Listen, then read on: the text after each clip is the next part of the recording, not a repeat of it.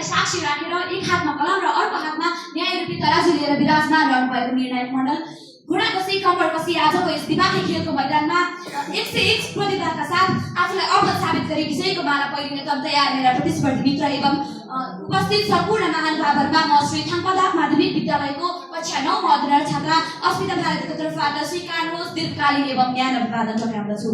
साथै आजको यस पवित्र भूमिमा मेरो मनको रङ्ग तरङ्ग एवं अन्तरङ्गमा उब्जिएका भावनाहरूलाई अभिव्यक्त गर्ने अवसर दिनुभएकोमा यस हिमाली जिल्लाको गाउँपालिका मध्ये पाछोकरी थाङपा गाउँपालिका एवं यस गाउँपालिकाको भित्रको पनि सुन्दर मेरो श्री थाङपादाप माध्यमिक विद्यालयलाई हार्दिक कृतज्ञता अर्पण गर्दै आजको वक्तृत्व कला प्रतियोगिताको विषय परिवर्तनका लागि अनलाइन सामाजिक सञ्जाल बाल विवाह तथा अनलाइन हिंसा अन्त्यका लागि हाम्रो भूमिका विषयतर्फ प्रवेश गर्न चाहन्छु।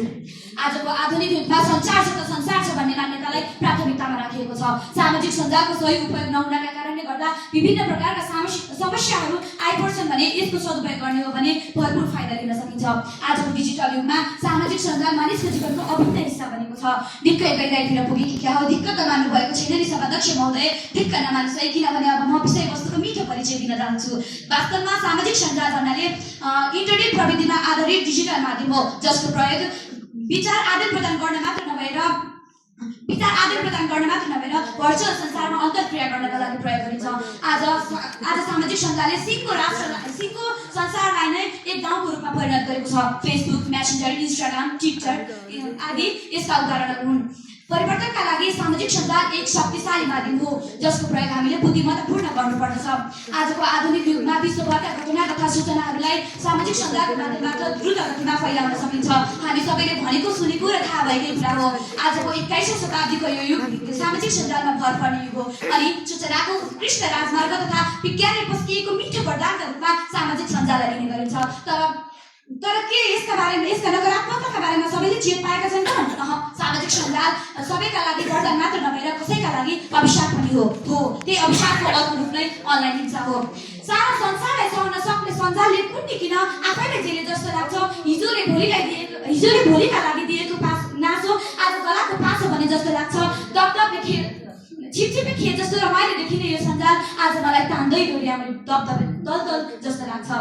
विक्रम सम्वत 2077 सालमा फैलिएको कोरोना महामारीका बेलामा लाखौं विद्यार्थीहरूले सामाजिक सञ्जालको माध्यमबाट अनलाइन शिक्षा हासिल गरेका थिए।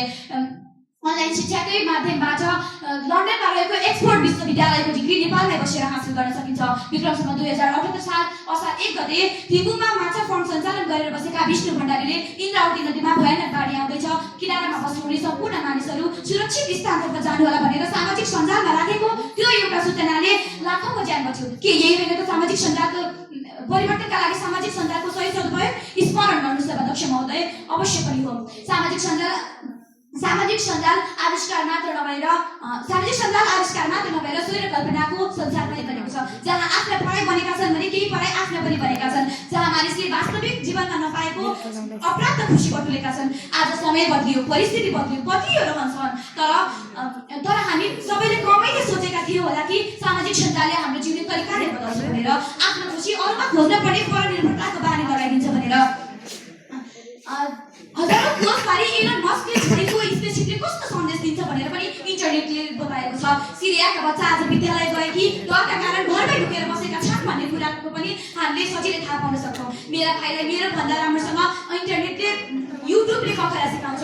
मेरी दिदी खाना बनाउन नजान्दैमा मोबाइलको सहयोग लिन्छन्। म आफ्ना मनका कुण्ठा तथा एक्लोपन साट्नका लागि आमा बुबा होइन फेसबुकका भित्ताहरूमा साथीहरू खोज्न थालिसकेकी छु। आजको यस वक्तृत्व कला प्रतियोगिताको अर्को महत्त्वपूर्ण विषय रहेको छ अनलाइन हिंसा तथा बाल विवाह। संयुक्त राष्ट्र सङ्घको बाल अधिकार अनुसार अन्तर्राष्ट्रिय महासन्धि अनुसार 18 वर्ष उमेर नपुगिकन तथा संहिता 2074 भाग 3 परिच्छेद 1 दफा 70 ग अनुसार 20 वर्षभन्दा कम उमेरमा गरिने विवाहलाई बाल विवाह मानिएको छ। बिहेबारी 20 वर्ष पारी गरे चाहिँ नेपालको सन्दर्भमा पनि 20 वर्षभन्दा कम उमेरमा गरिने विवाहलाई बाल विवाह भनिन्छ। मेरो यति सानो र कलिलो मस्तिष्कले यतिसम्म सोच्न भइसकेको छ कि कतै बाल विवाहको समुद्रले नेपाललाई डुबाउन पार्ने त होइन। स्मरण गर्नुहोस् सभाध्यक्ष महोदय, स्मरण गर्नुहोस्। लैङ्गिक हिंसा, बाल श्रम, बहुविवाह, बालबालिका बीच विखण्डन लगायतका सामाजिक हिंसाहरू थपिँदै जाने र यति मात्र नभएर शारीरिक एवं मानसिक रूपमा परिवर्तन हुने उमेरमा विवाह बन्धनमा बाँधिँदा यौन दुर्व्यवहार, कमजोर स्वास्थ्य, जनसङ्ख्या वृद्धि लगायतका हिंसाहरू थपिँदै जानका कारणले गर्दा सुसंस्कृतिक एवं समतामूलक समाज निर्माणमा कठिनाइ भइरहेको छ।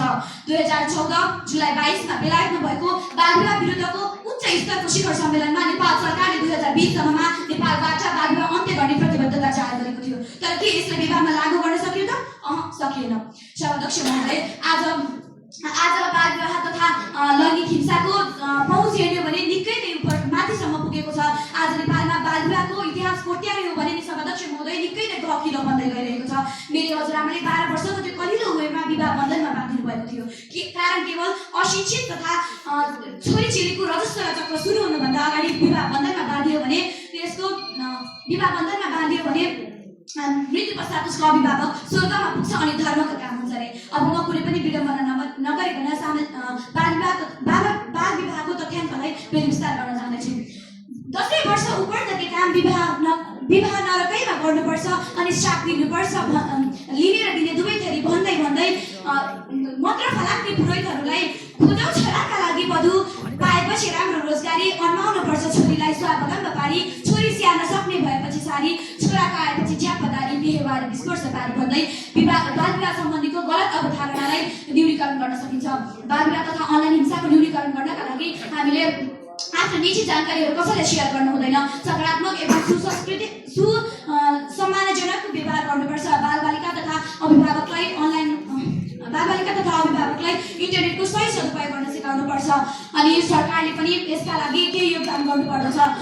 हस्त यति भन्दै मेरो अन्त्यमा म के भन्न चाहन्छु भने गाउनुपर्छ, झुम्नुपर्छ अनि नाच्न सक्नुपर्छ। रोदनका कुरा छोडी अब हाँस्न सक्नुपर्छ।